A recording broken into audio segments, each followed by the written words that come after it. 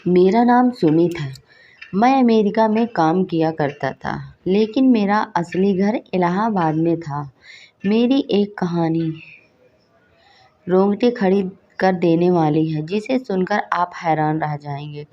मैं जब 5 साल का था, तब मेरे माँ बाप की एक कार एक्सीडेंट में मौत हो गई।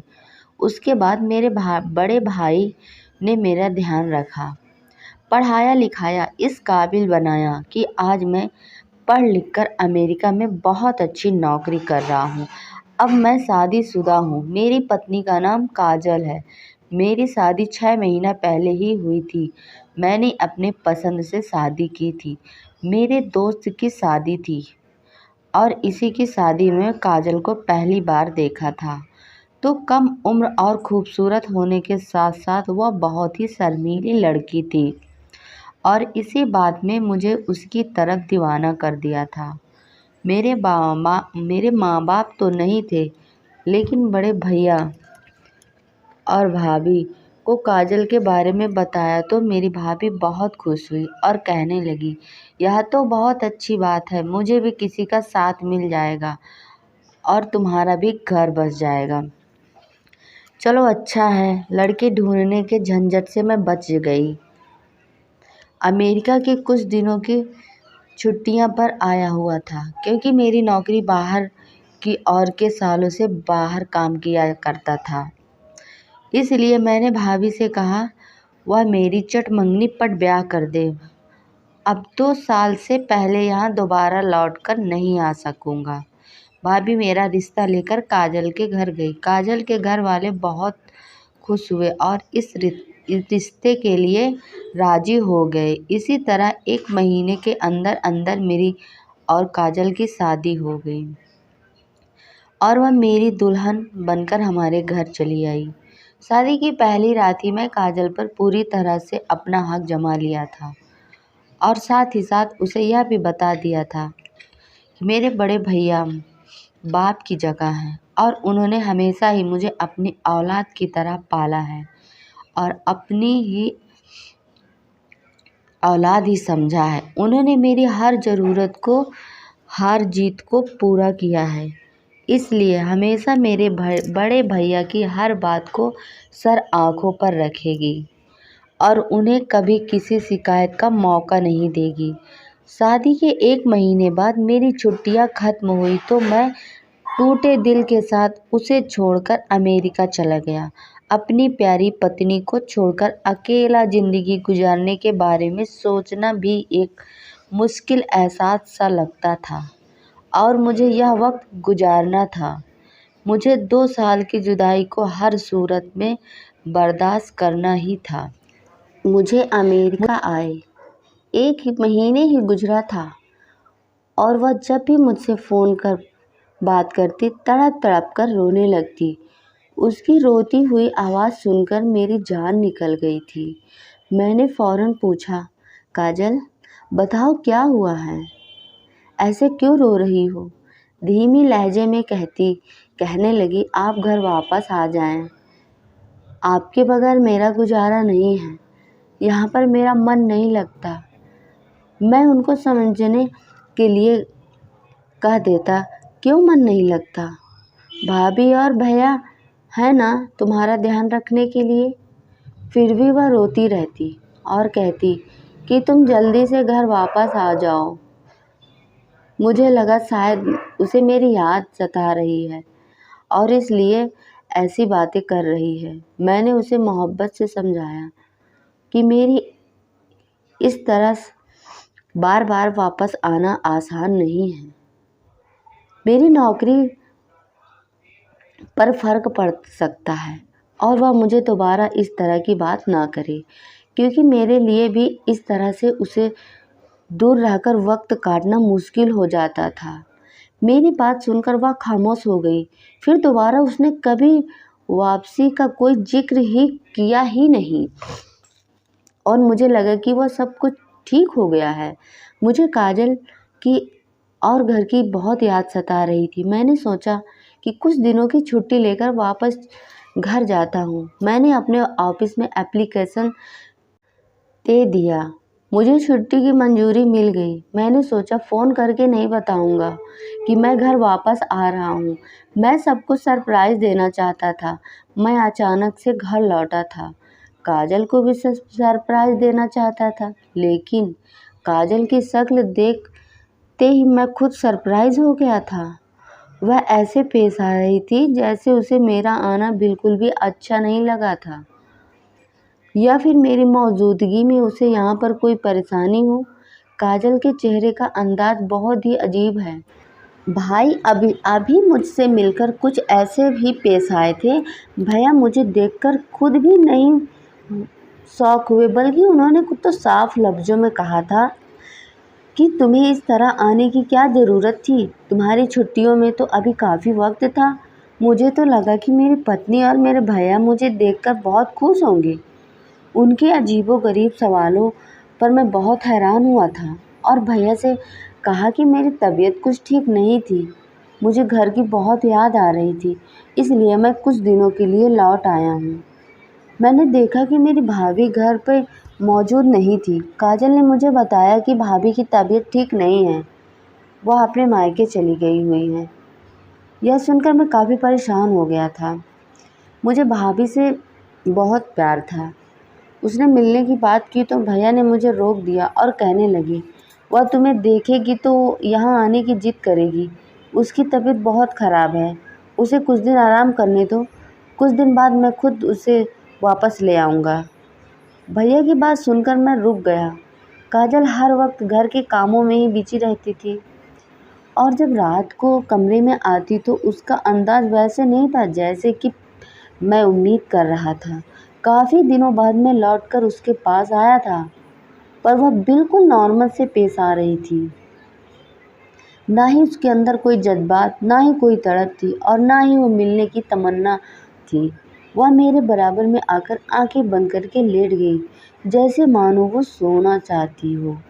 वह किसी बात पर मुझसे नाराज़ हो और इसलिए मैंने उससे मनाने के लिए उसकी तरफ अपना हाथ बढ़ाया, लेकिन उसने तो बहुत आसानी से मेरा हाथ झटक दिया और कहने लगी, मैं थक गई हूँ, प्लीज़ मुझे सोने दीजिए। यह कहकर उसने कमरे की लाइट भी बुझा दी। मेरे सारे अरमान मिट्टी में मिल गए, पर खामोश रहा कि जिस औरत के लिए मैं अपनी नौकरी गांव दांव पर लगाकर वापस आया था, उसे तो मेरी कोई परवाह ही नहीं है। जिस अंदाज में उसने मुझे मेरा हाथ झटका था, इज्जत को बहुत ठेस पहुंची थी, इसलिए मैंने खुद उसकी तरफ से मुंह फेर लिया और सो गया। लेकिन आधी रात को मुझे ऐसा महसूस हुआ जैसे काजल की से निकलकर कहीं और जा रही है, बिस्तर से निकलकर कहीं और जा रही हो। कमरे से अटैच बाथरूम था, फिर वह बाहर कहाँ गई थी, मुझे समझ नहीं आया था। और फिर ख्याल आया कि कहीं ऐसा तो नहीं है कि वो मुझसे ज़्यादा नाराज़ हो गई हो, इसलिए कमरे से निकली हो। मैं भी जानबूझकर वो कितने दिनों तक मुझसे दूर इंतज़ार कर रही है। मैं उसके पीछे कमरे से बाहर निकला तो वो मुझे भैया के कमरे में जाती हुई दिखाई दी। रात के इस वक्त भाई के कमरे में उसका क्या काम था, जबकि भाभी भी घर पे नहीं थी। मैं सोच में पड़ गया। मुझे अपने भैया पर काजल दोनों पर ही बहुत भरोसा था, इसलिए मेरे दिल में एक बार बार भी एक अनेक खिलाफ उनके कोई खिलाफ बात नहीं उठती थी। अगर मैं भैया के कमरे की तरफ बढ़ा गया कि शायद किसी काम के लिए वहाँ पे गई होगी, लेकिन कमरे के दरवाजे पे पहुँचे तो ऐसा लगा जैसे मेरे पैरों में से जंजीर पड़ गए हों। कमरे के अंदर से आती हैं कि आवाज़ें में मुझे हिला कर रख दिया था। सोच नहीं सकता था कि वह ऐसी हरकत कर सकते हैं। बंद कमरे के अंदर दाखिल होकर काजल और अपने भैया को रंगे हाथों पकड़ लेना चाहता था। ऐसा करने पर हर रिश्ते को भरोसा टूट जाता और मैं इस भरी दुनिया में अकेला रह जाता। इसलिए मैंने सबसे कम काम लिया था दिमाग से काम लिया और सोचा था कि मैं काजल के मुंह पर सब कुछ जानकर ही रहूँगा। आखिर उसने मुझे छोड़कर आधी रात को मेरे भैया के कमरे में जाना क्यों ज़रूरी समझा। मैं कमरे में जाकर वापस बैठ गया और फिर काफ़ी देर बाद जब काजल वापस लौटी तो मुझे एहसास हुआ उसके चेहरे का रंग बदल गया था। मैंने उससे पूछा कि तुम कहाँ गई थी? वह घबरा कर कहने लगी कि मैं हवा खाने के लिए ऊपर छत पे गई थी। उसने झूठ से मेरा शक यकीन में बदल दिया था, क्योंकि मैं जान गया था कि वह मेरी आंखों में धूल झोंक रही थी। लेकिन भैया ऐसा कैसे कर सकते थे? वह तो मेरे सगे भाई हैं, जिसे मैं अपने बाप का दर्जा दे रखा था, और मेरे भैया अपनी पत्नी से बेहद मोहब्बत करते थे। वह अपनी पत्नी को धोखा नहीं दे सकते थे। तो फिर आधी रात को मेरी पत्नी और उसके बीच में क्या चल रहा था? मेरी भाभी और मायके क्यों गई थी, जबकि आज तक कभी मैंने अपने भाभी को मायके में रहते नहीं देखा था। मेरे अंदर एक तूफान जाग रहा था और इस तूफान को इस वक्त थमना था जब सच्चाई पूरी तरह खुलकर मेरे सामने आ जाती है। पूरे 3 महीने से यहाँ नहीं था और उन 3 महीनों में मेरे पीठ पीछे क्या हुआ, कुछ हुआ, यह सब कुछ देखते देखते मुझे 15 दिन गुजर गए थे। यहाँ सब कुछ जानना था, लेकिन उससे पहले मुझे अपनी पत्नी को अपने भैया के कमरे में जाने से रोकना था।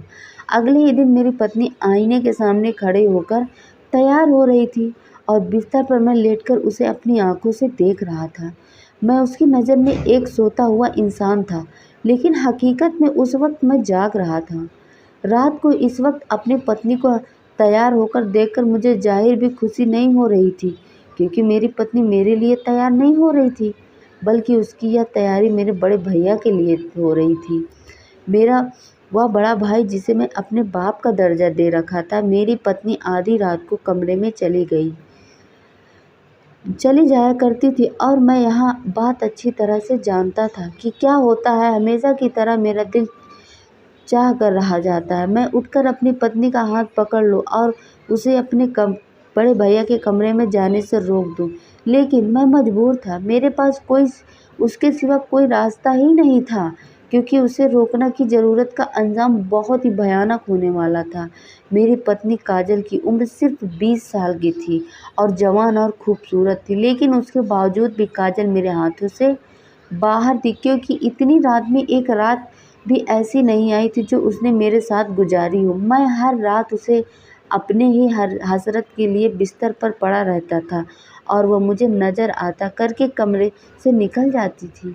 मेरे भैया उसके साथ कैसे सलूक क्यों करते हैं, लेकिन वह वापस नहीं आती थी और सारी रात उसी के साथ सोती थी।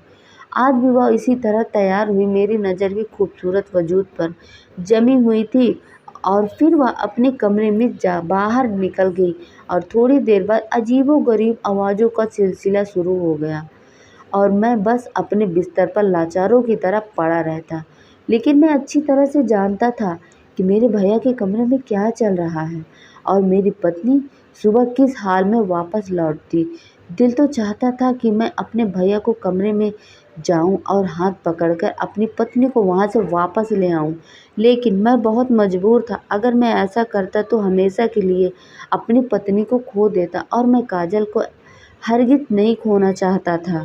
मैं उसे दीवानों की तरह मोहब्बत करता था, और इसी के लिए तो मैंने अमेरिका में इतनी बेहतरीन नौकरी छोड़कर वापस लौट आया था। लेकिन मुझे क्या खबर थी कि मेरे पीठ पीछे यहाँ क्या हो रहा है। मेरी पत्नी को कमरे से गए आधा घंटा भी नहीं हुआ और मेरे बड़े भैया के कमरे से आवाज़ आने लगी थी।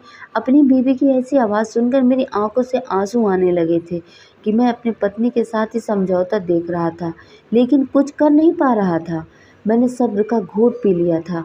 शायद यही मेरा मुकद्दर था और यही मेरा नसीब।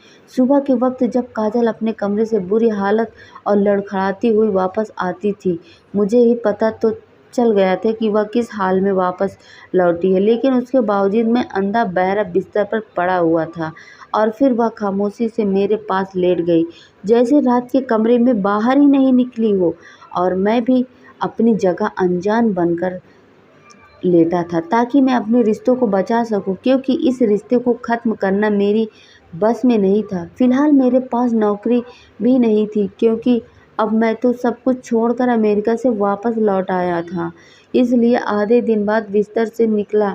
काजल मुझे पहले उठकर कामों में बिजी हो जाती थी, और ना वह मुझसे नज़रें मिला रही थी, और ना ही वह किसी तरह की बात मुझसे किया करती थी, और ना ही उससे मैं उससे करता था। पता नहीं कैसा अजीब सिलसिला था जो हम दोनों के बीच पिछले कई दिनों से चल रहा था।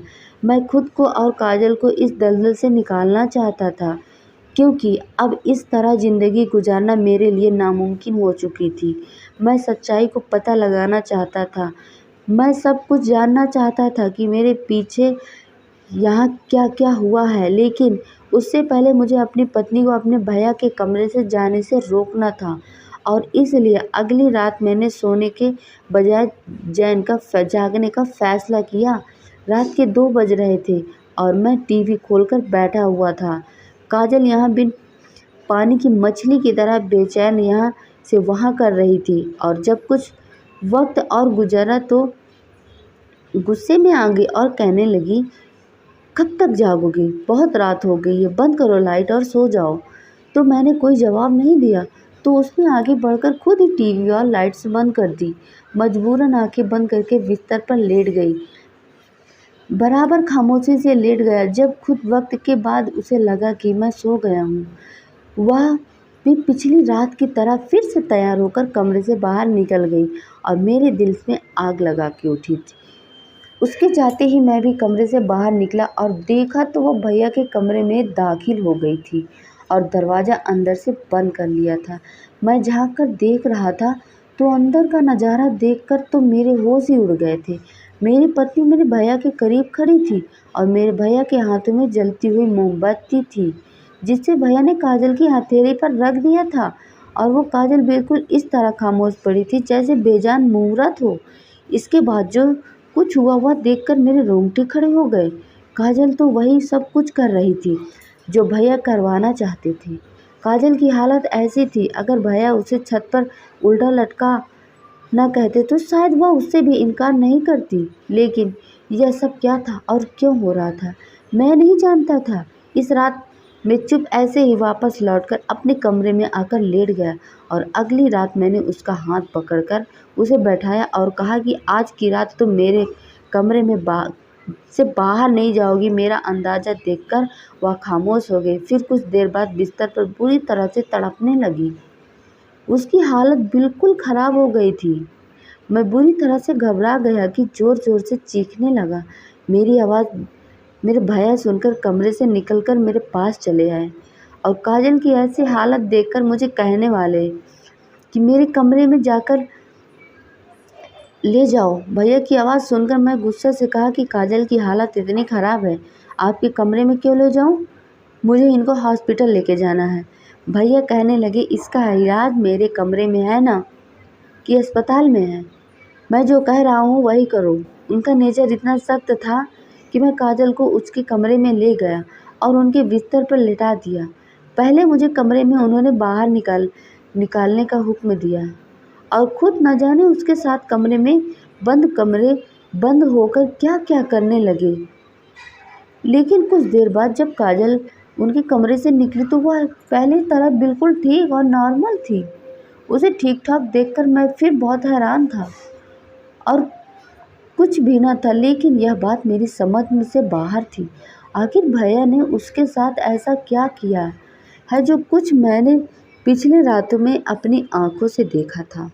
वह सभी बातें यकीन करने वाली थी तो नहीं थी, पता नहीं। जो आज हुआ था उसने तो मेरे होश ही उड़ा दिए थे।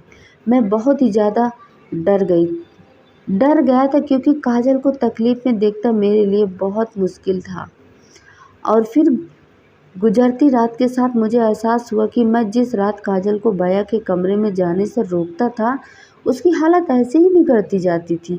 मुझे वापस आए 15 दिन से ज़्यादा हो चुके थे, लेकिन एक रात भी काजल ने मेरे साथ नहीं गुजारी थी, बल्कि वह हर रात भैया के कमरे में चली जाती थी, और यह सब कुछ देखकर भी अनजान बन जाता था। अगर मेरी जगह और कोई होता तो सीधे अपने भैया को गिरबान में पकड़ लेता और अपनी पत्नी को भी कटघरे में खड़ा कर देता। लेकिन मसला यह था, मैं रिश्तों को खोने से डरता था। माँ बाप के चले जाने के बाद मेरे बड़े भैया ही मेरा सब कुछ थे, और काजल, वह तो मेरी मोहब्बत थी, मेरी ज़िंदगी थी। लेकिन वह दोनों मिलकर जो कुछ भी कर रहे थे, उसके पीछे क्या वजह थी यह नहीं जानने के लिए घर से निकल गया था। मैं अपने सीधे भाभी के मायके पहुंचा, क्योंकि मेरे पीछे यहाँ जो कुछ भी हुआ है था, अगर इसके बारे में मेरे किसी को भी पता चला तो वह थी मेरी भाभी। जब मैं भाभी के दरवाजे पर गया तो उनका दरवाज़ा खटखटाया। भाभी ने दरवाज़ा खोला और मुझे देखकर पहले तो बहुत हैरान हुई, और फिर खुशी से मेरा हाथ पकड़कर मुझे अपने घर के अंदर लेकर कहने लगी, मैंने तुम्हें बहुत याद किया। मैंने पिछले 2 महीने से यहाँ पड़ी हुई हूँ, और तुम्हारे भैया ने एक बार भी पलटकर मुझे नहीं देखा। मैं हारने से पूछा कि आपकी तबीयत ठीक है? मुझे तो बताया गया था कि आप बीमार हैं। भाभी ने हंसकर बोली, मेरी तरफ देखो, और कहने लगी, बीमार मैं नहीं, वह लोग हैं जो मुझे बीमार कर रहे हैं। इलाज की ज़रूरत उन लोगों को है, मुझे नहीं। भाभी का अंदाज बहुत अजीब था। मैंने कहा, भाभी, मुझे सच सच बताइए कि मेरे पीठ पीछे यहाँ क्या चल रहा है? अरे क्या और क्या क्या हुआ है? मैं जब से यहाँ आया हूँ भैया और काजल का रवैया देखकर बहुत परेशान हूँ। मेरी पत्नी तो मेरी रही नहीं। मैं जाऊँ तो कहाँ जाऊँ? मुझे परेशान देखकर भाभी ने तसल्ली दी और कहने लगी, सब कुछ ठीक हो जाएगा, तुम फिक्र मत करो। और फिर भाभी ने मुझे एक ऐसा राज बताया जिसे सुनकर रोंगटे खड़े हो गए। जो कुछ भी देख रहा था वह वैसा ही नहीं था, मुझे नज़र आ रहा था। सारी हकीकत जानकर मेरी तो जान निकल गई थी। आज भाभी के पास आकर मुझे पता चला कि सब कुछ ठीक नहीं हुआ है, बल्कि पूरी तरह से बिगड़ गया था। भाभी ने बताया, एक दिन जब मुझे काजल ने रोते हुए फ़ोन किया था, भाभी बहुत ज़्यादा परेशान थी, क्योंकि उसे मन नहीं लगता था। उसे जादू करवाया गया था, भैया ने करवाना शुरू कर दिया था, और उसकी तबीयत बहुत ज़्यादा ख़राब होने लगी थी। मेरे भैया मेरी शादी नहीं करवाना चाहते थे, क्योंकि मेरे भैया मुझे पैसे सेवा शहर से अपने नाम की जायदाद बना रहे थे, और वह नहीं चाहते थे कि मेरी फैमिली बने, इसलिए उन्होंने मेरी शादी तो करवा दी। लेकिन अब मेरे अमेरिका वापस जाने के बाद भाभी मेरे पत्नी और भैया के नाकाम इरादों में से बचा नहीं पाया, और भैया ने मेरी पत्नी को कई तरीक़ों से तंग करना शुरू कर दिया था। लेकिन जब काजल तकलीफ़ में बर्दाश्त करती चली गई तो उन्होंने काले जादू का इस्तेमाल शुरू किया और काजल को अपने काबू में कर लिया। आधी आधी रात को वह काजल को अपने जादू से अपने बस में करके उसे पर पढ़ाई करते। कभी कभी उसका हाथ जलते तो कभी उसका पढ़ कर तकलीफ़ देते, और इसलिए उसकी ऐसी आवाज़ निकलती थी। लेकिन वह कभी भैया के खिलाफ़ नहीं जाती थी।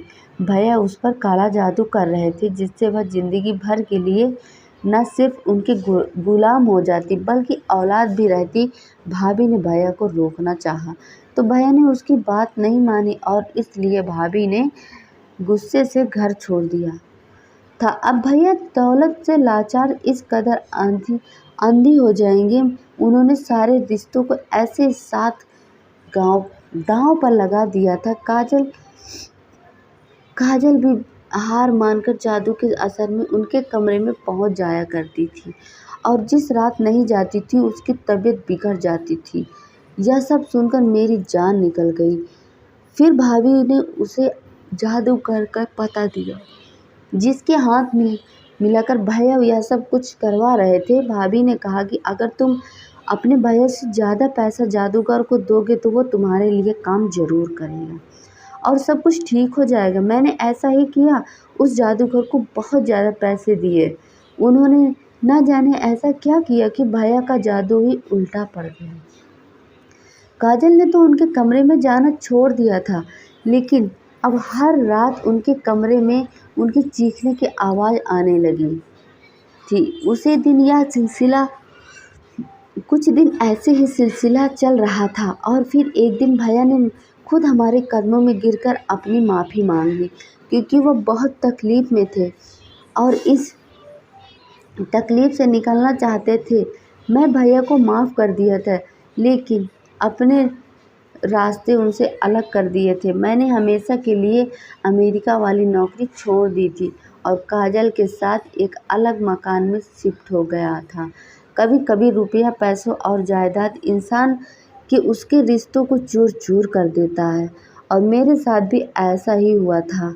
जायदाद के लालच में आकर मेरे भैया ने हर रिश्तों को खो दिया था। नहीं, भाभी उसके साथ नहीं है और ना ही काजल और मैं। हम दोनों अब लोगों की भी आपकी दुनिया में ऐसे लाचारी लोग को देखा है जिन्हें दौलत के आगे रिश्तों की कोई परवाह नहीं होती है।